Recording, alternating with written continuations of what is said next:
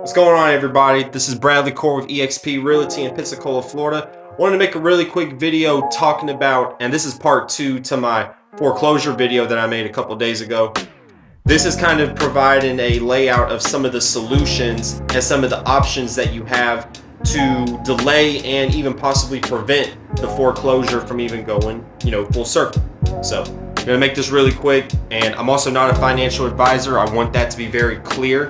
If you want to know more in depth of these options that I'm about to give you, you need to consult with a financial advisor, a CPA, a mortgage lender, someone who has better understanding of these options. So just wanted to provide some value real quick. So first option is a forbearance. Now, a forbearance is essentially temporary relief in a nutshell. It's temporary relief from your mortgage payments. You have about 6 to 12 months to put the missed payments on the back end of your mortgage loan. Now, this doesn't necessarily mean that you're off the hook, but this kind of gives you some time to get back on your feet, get your financials situated, because you never know.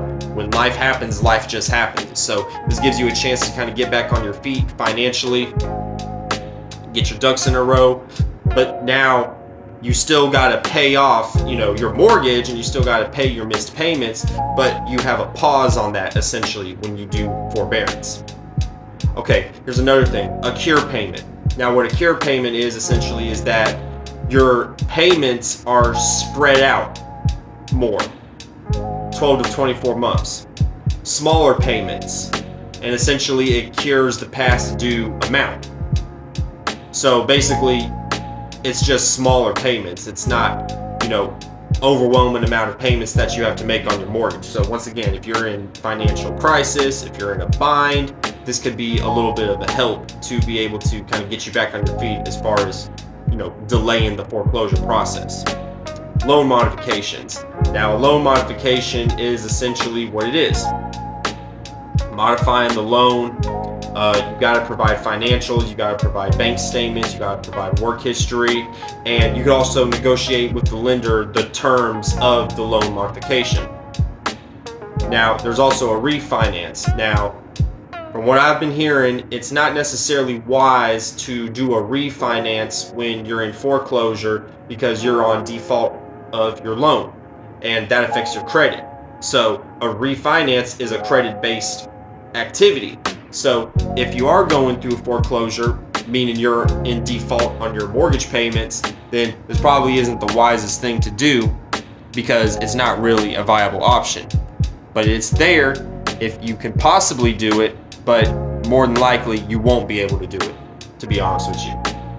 Now, another option is bankruptcy, particularly Chapter 13 bankruptcy, because you don't want to file a Chapter 7 bankruptcy, because with Chapter 13 bankruptcy, there's certain things with the Chapter 13 bankruptcy that will actually, you'll be able to keep your assets. Now, like I said, I'm not a lawyer, I'm not a financial expert, I'm just giving you the tools to potentially research. So if you are in this particular situation, or you think that you might be in this situation, you can consult all this with a financial advisor, a mortgage lender. I'm just here to give you the actual credentials. Not the credentials, but the actual information. So Chapter 13 is a temporary delay on the foreclosure, but it's not going to stop the foreclosure process. Mortgage reinstatement, which is essentially paying in total the past due amount.